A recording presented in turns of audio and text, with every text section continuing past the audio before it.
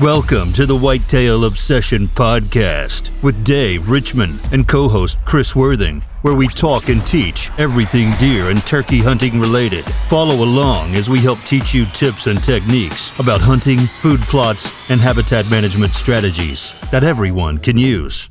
Swallow Falls, Raging Rapids, Raging Rapids, that's where you was at. podcast 127. That's I not what did. the podcast is about, but No, but I did get to visit. I visited Deep Creek Lake. If anybody has ever been there or lives in the Maryland area, Deep Creek Lake, it's a visit. dead sea. It's a dead sea, no fish, and fish. we got to visit Swallow Falls. And Swallow Falls, I believe, is the largest waterfall in Maryland. No And bears. There's bears there, and yeah, oh yeah, that's Western Maryland, man. There's all kinds of bears there. That's where like the only bear season is in Maryland, is Western Maryland. But yeah, pretty cool area. But in regards to the podcast, we're going to talk about soil health, Oh yeah.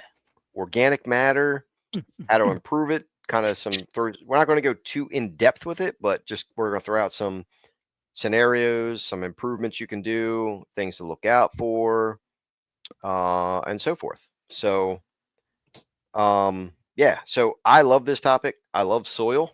I think soil was fun. I like to roll around in it and sprinkle it over my body. Nice. That's how much I love Grounding. Yeah, grounding. I like to get my feet in the dirt and just ground myself to the soil. That's what I like. He likes to be one with nature. One with nature. Oh my. But yeah, so improving it it's achievable. It takes time. And really you have several methods to do it. Chris can probably correct me if I'm wrong, but our method is kind of disking the ground, which if you go down the rabbit hole of disking versus kind of no-till, you'll see a lot of information out there that kind of discredits disking and bashes disking and things. But in reality, disking has been around forever. And you could probably debate both ways. I mean, it's biblical. Yeah, it's biblical. That was a podcast we had. Yeah, it was, yeah.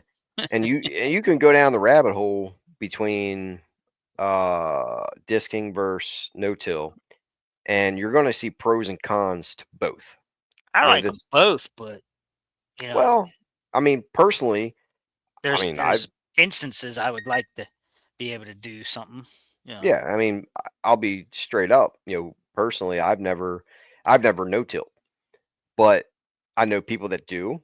I'm very familiar with it, and I go to clients' properties where they buy these massively expensive no-till drills, and they just have very poor results. Now, yes, you no-till, you can have great results. Yes, you disc, you can have great results.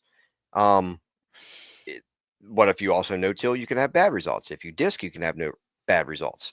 So you can argue either way. Now, I think no-till, both of these have their own place where they should be used or shouldn't be used. And I feel like if you are a agricultural grower, you're growing massive amounts of corn and beans and production type setups, or you have massive amounts of acres that you're planting for deer, probably no-till is the way to go, because it's going to be quicker. I mean, you're not going to spend all that time, disking the fields, but it could go quick too if you have these 20, 30 foot discs on these tractors. It can go fast as well. But I mean, it's going to benefit certain people if they have that equipment already. Yeah, it just the average food plotter is not going to do that.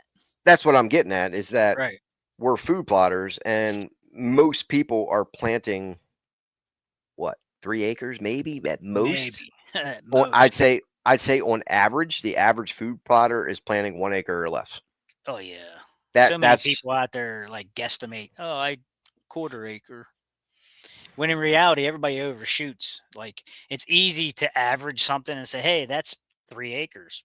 And like Yeah. I told you over there that time, you asked how much destination plot I had, and I said probably near 3 acres, and we walked it off, and it was what, like 2.25 or something. So I was Yeah, something like way that. off in a guesstimation.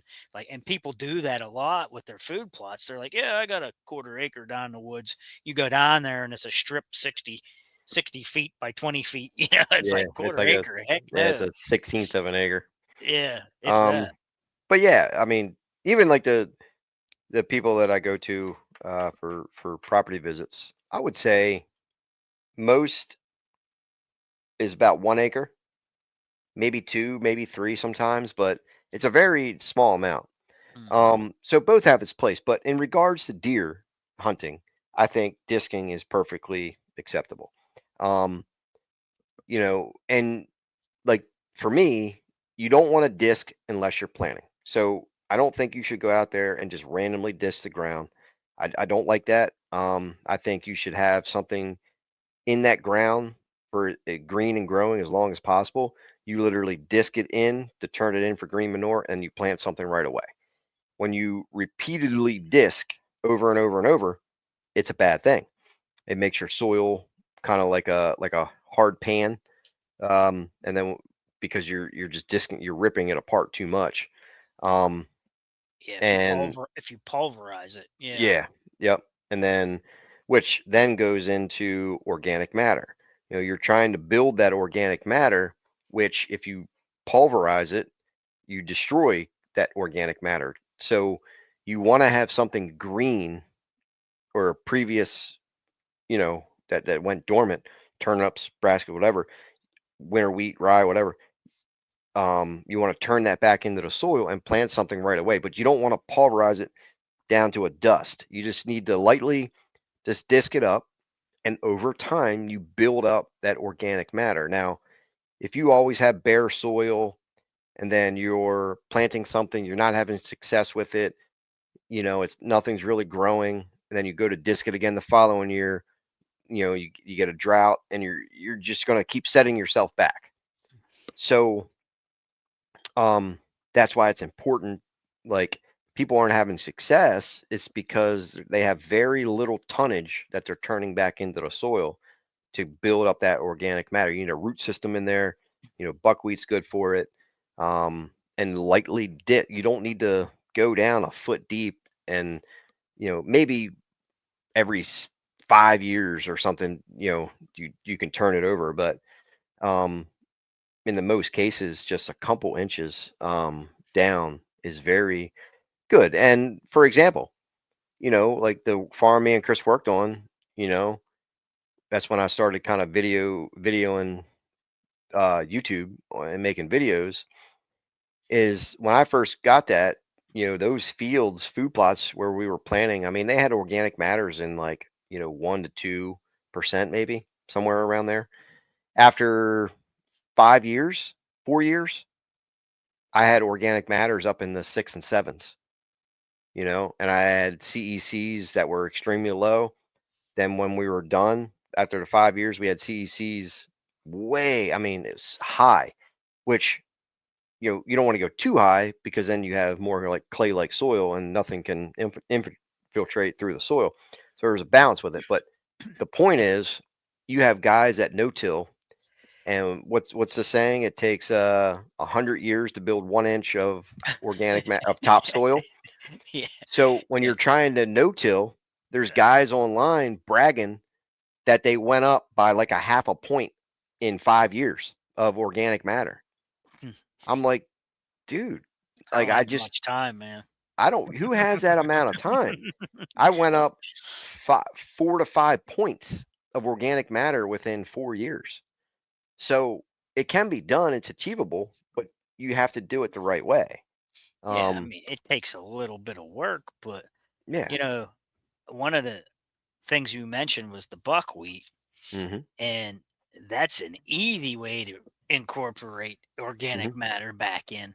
Yeah. But the problem is, what I don't understand with the no-till guys is a lot Hmm. of times, instead of reincorporating stuff, they'll roll crimp it and spray it with glyphosate and let it lay on top and decompose for future nutrients. And what nutrients? You just sprayed it with glyphosate, Hmm. and now you've killed it. You've dried it out to duff. Yeah. That's going to lay on top and bake, and that's what they're calling topsoil. I mean, eventually it does just disintegrate into dust, but there's a better way, buddy. There's a better way. Yeah, when you spray that, like you said, that's what it is. The salt and stuff that's in there dries, it pulls the moisture out of the plant, dries it Yeah, completely well, out. and And it kills their argument that we're destroying soil by disking it. mhm. We're destroying microbes. Well, what is spraying all those chemicals doing? You know, that's destroying some stuff too. But anyhow, Yeah, it's yeah, got to be killing, microorganisms and things like living organisms in the soil. I Like would I would say so. the You know, chemical can't, that's what it's designed to do, is to kill. Now, you have beneficial insects and things on the plants and all that, and then you're spraying those, and then, they're landing it on top of soil, and you're planting first, and then you're laying this on top of soil. And, it's a weird process. yeah, But, I'd rather take buckwheat or winter wheat for that matter, not spray it, have it living green, full of moisture, yep. and you turn that back in, Sure. and then you drag it or whatever, and you plant right away. You have the moisture that's still there. You're still going to have a little bit of active root system from disking it. So you're still going to be able to hold the moisture in there and for the next crop. And we have I mean, you have a lot of videos. I have a ton of videos from planting, disking, like literally in the videos we're disking, Yeah, planting right away, and then we end up with a beautiful food plot. So, and we'll even throw a shout out here. We'll throw a shout out to my competitor within the PA area that plants food plots and makes YouTube videos, and we met him at the Great American Outdoor Show. Any idea? oh, I know who it is. Okay, so Jason Say, Hmm. he lives in PA. We met him. I know him. We talked to him. He does consulting. We both consult in PA, and all that. And he discs his food plots. He does the traditional fertilizer disking, lime applications, turning things back in, and great food plots. Yeah, So yeah. for He has people, the what's the teeth thing, the Kunst thing that he drags. yeah, chisel Chisel plow, chisel plow. Yeah, he yeah, chisel plows everything. with his ATV. Yep, yep. So some people will Don't say, "Oh, disking's horrible. You can't yeah, you have a don't great, you don't need a know, tractor. don't need a I mean, tractor. I use one because it's available to me. That's what I You're have. you're cheating." Yeah, I do cheat a little bit, but So, but yeah, I mean, we've talked about this before. You have to, if you're following somebody online for advice, you have to look at their food plots. Yes, some people no-till have great food plots. Some people disc have great food plots. But if you're taking advice from somebody that doesn't post their food plots or has crappy food plots, or they look like sprigs, a plant every sprigs. six, a plant every 6 feet, in the soil, that's probably not a good method to follow. If you look at, because I've watched some YouTubers that, I mean, are master food plotters, in the food plot world, and they're hunting in the tree stand, and you see they're hunting over their food plot, dude, it's sprigs. It's a plant every 6 feet, but that's not a food plot, but they blame it on something. But I mean, every year, every single, like, there's something wrong. You know what I mean? There's something wrong. And now I'm getting fired up because Now he's fired up it's annoying. because you Like, said the word sprigs. sprigs, it's annoying. Um, it's I lost my train of thought. But a food plot, okay, is like a legit food plot. You have a massive amount of tonnage. It's green, lush, tender. The deer are hitting it. There's no bare spots. That's a legit food plot. And Jason Say, you, me, like we get great food. There's tons of people out there that have great food plots. But there's some influencers on YouTube that they're not very good. Like the food plots suck. Yeah, I don't. So, They buy into that less is more stuff. I don't know. well, there's a lot of factors in it. I mean, But I don't like less is more. I like it to be full right, and fighting the competition, right. you know. And then when you do reincorporate for the organic matter, you're Hmm. not reincorporating weeds Right. back into the dirt.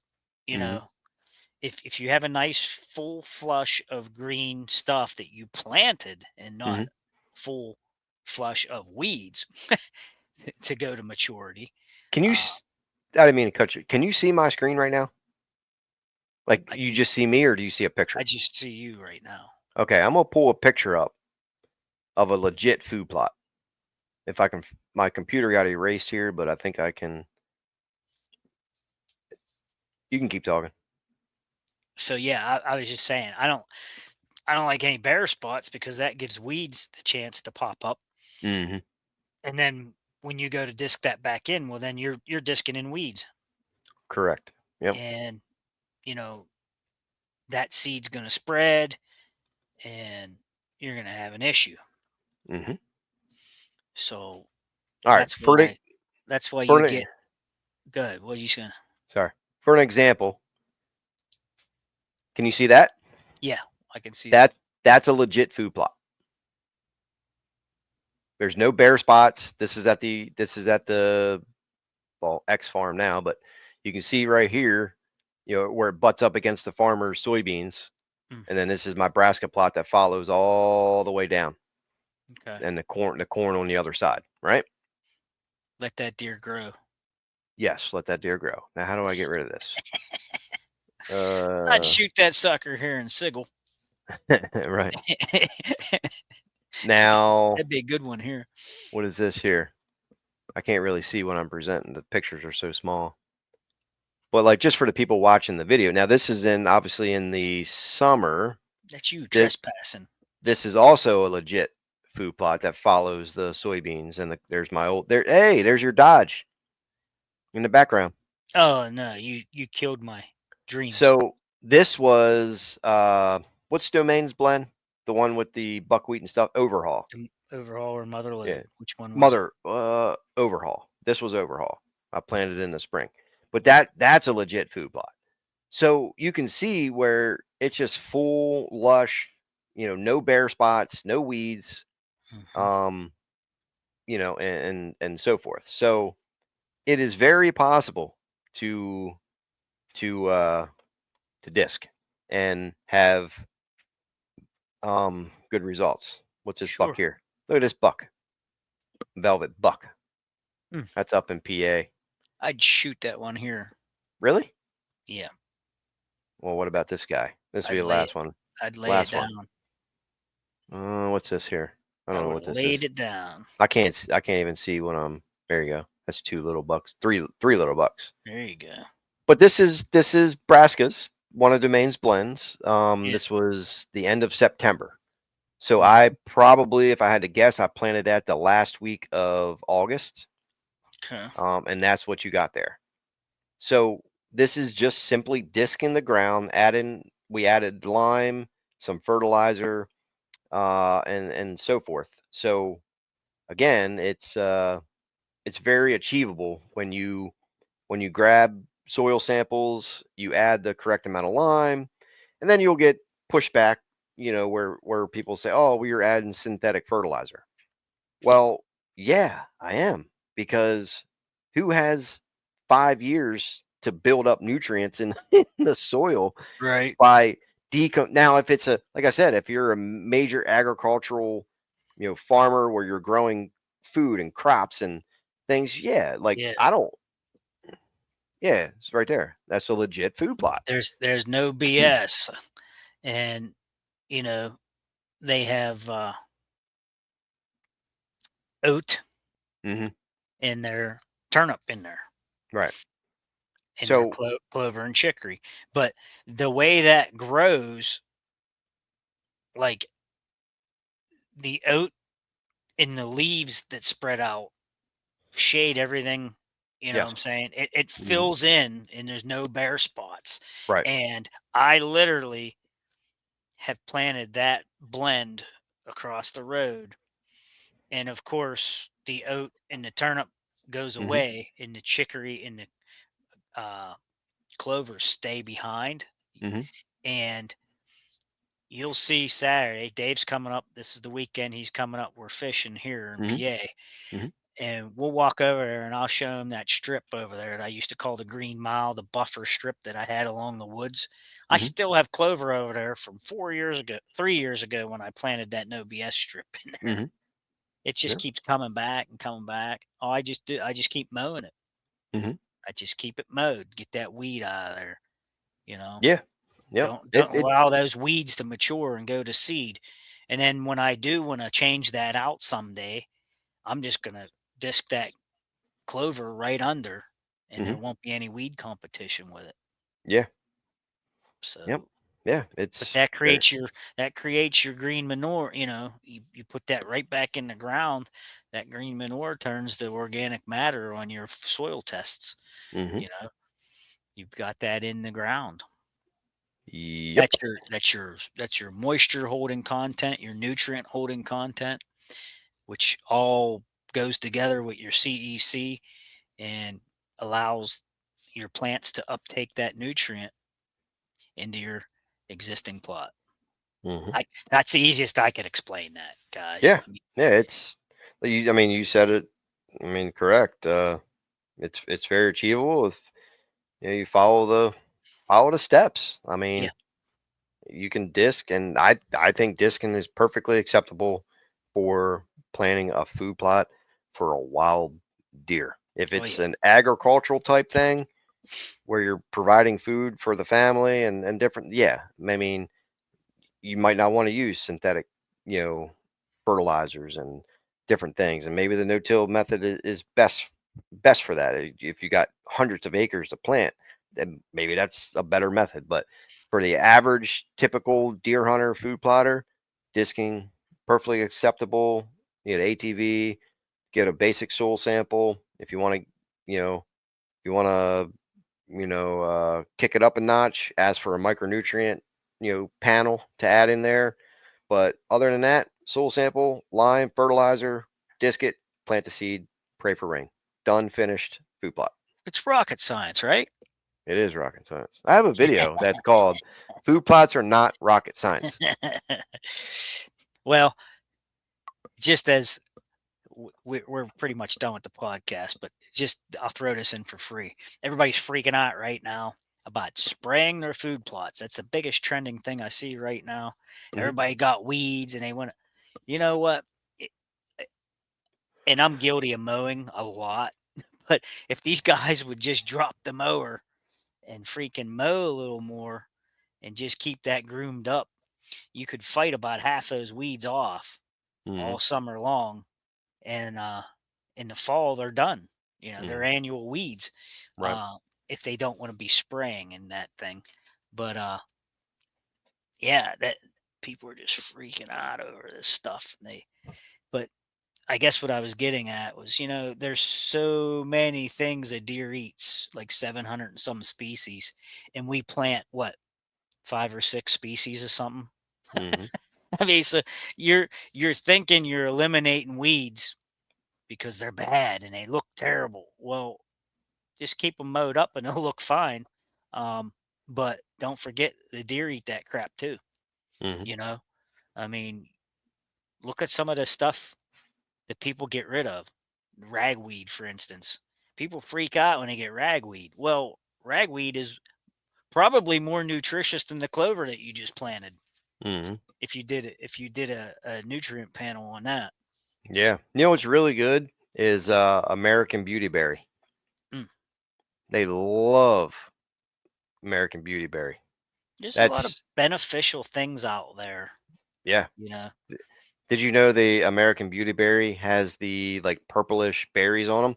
And whenever it was, the Indians used to take those berries and then they used to paint their face with them. Really. Yeah. Now you don't mean pokeweed, do you? It's the same thing, pokeweed. Okay. Yeah, I was I gonna just call say, it.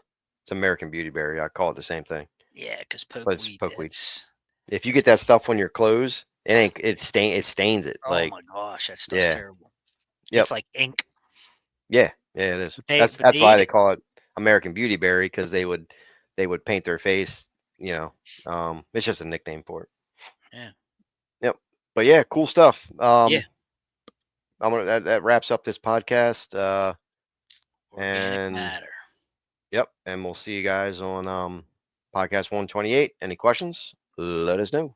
Let us know in the comments below. See ya. Right.